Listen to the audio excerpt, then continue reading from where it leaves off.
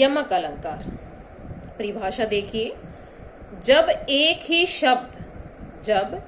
ही शब्द दो या दो से अधिक बार आए, यानी कि किसी भी पंक्ति में जब एक शब्द दो या दो से अधिक बार आए और उसका अर्थ हर बार भिन्न हो, वहां पर यमक अलंकार होता है। यानी कि उस पंक्ति में कौन से अलंकार का प्रयोग होता है? यमक अलंकार। इसमें थोड़ा सा अंतर है कि श्लेष अलंकार में हमने देखा था कि जहां शब्द तो एक ही बार प्रयोग किया जाए लेकिन उसके अर्थ एक से अधिक हो, तो वहां पर कौन सा अलंकार होता है? श्लेष अलंकार होता है। लेकिन जिन पंक्तियों में एक शब्द एक से अधिक बार, यानी कि दो या दो से अधिक बार प्रयोग हो लेकिन उसके अर्थ हर बार भिन्न हो, वहां पर यमक अलंकार का प्रयोग होता है। उदाहरण देखिए, काली घटा का घमंड घटा। काली घटा का घमंड घटा। यहां घटा शब्द दो बार प्रयोग हुआ है, यानी कि इस पंक्ति में घटा शब्द दो बार प्रयोग किया गया है, पर दोनों बार उसके भिन्न भिन्न अर्थ हैं।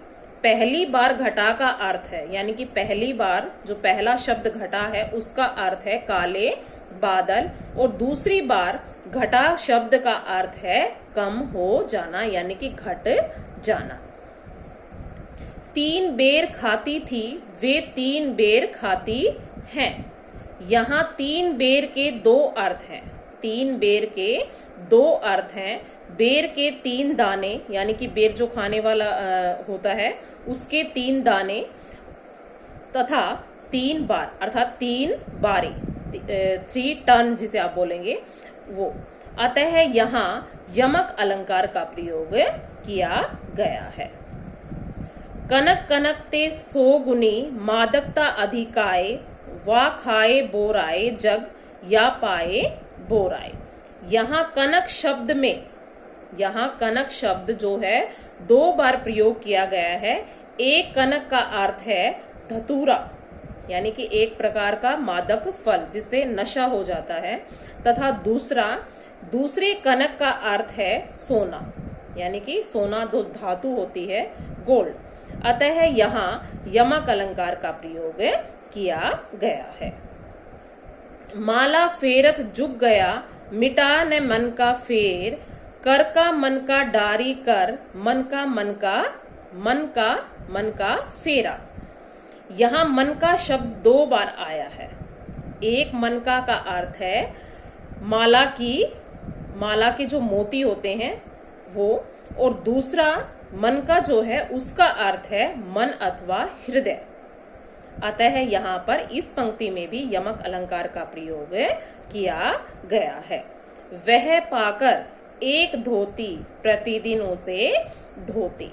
वह पाकर एक धोती, प्रतिदिन उसे धोती। यहाँ धोती शब्द जो है वो के दो अर्थ हैं। एक धोती का अर्थ है वस्त्र, यानी कि पहला जो धोती है उसका अर्थ है वस्त्र, और दूसरे धोती का अर्थ है धोने की क्रिया, यानी कि धोना, वॉश जिसे आप कहते हैं। अतः यहाँ यमक अलंकार का प्रयोग हुआ है। अतिशोक्ति अलंकार। परिभाषा देखिए, जहां किसी बात को इतना बढ़ा चढ़ाकर कहा जाए अथवा किसी की प्रशंसा इतनी बढ़ा चढ़ाकर की जाए कि वह लोक सीमा के बाहर हो, तो वहां पर अतिशोक्ति अलंकार होता है। मैं इसे दोहराती हूँ कि जहां किसी बात को इतना बढ़ा चढ़ाकर कहा जाए या किसी की प्रशंसा इतनी बढ़ा चढ़ाकर की जाए कि वो लोक सीमा से बाहर हो, तो वहां पर अतिशोक्ति अलंकार का प्रयोग होता है। उदाहरण देखिए, हनुमान की पूंछ में लगन न पाई आग, लंका सिगरी जल गई, गए निशाचर भाग। अतिशोक्ति अलंकार का बहुत ही सुंदर उदाहरण है ये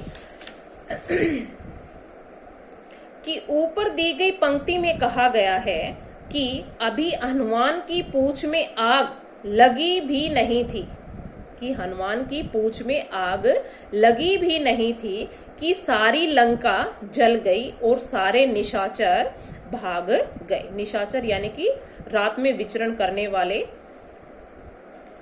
यहाँ लंका दहन का वर्णन बढ़ा चढ़ाकर किया गया है, यानी कि कवि ने ऐसे शब्दों का प्रयोग किया है जैसे हमें आभास हो रहा है कि किसी चीज को बहुत ही बढ़ा चढ़ाकर यहाँ पर बताया गया है। यानी कि यहाँ लंका दहन का वर्णन बढ़ा चढ़ाकर किया गया है कि पूंछ में आग लगने से पहले लंका को जलाना क्या है, अतिशोक्ति पूर्ण है। यानी कि बढ़ा चढ़ाकर उसको बताया गया है, बढ़ा चढ़ाकर उसको दिखाया गया है, इसलिए यहाँ पर अतिशोक्ति अलंकार का प्रयोग हुआ है। आगे नदियां पड़ी अपार, घोड़ा कैसे उतरे पार। आगे नदियां पड़ी अपार, घोड़ा कैसे उतरे पार। राणा ने सोचा इस पार, तब तक था चेतक उस पार। चेतक यानी कि राणा का जो घोड़ा है उसका नाम है। इस पंक्ति में कहा गया है कि अत्यंत चौड़ी नदी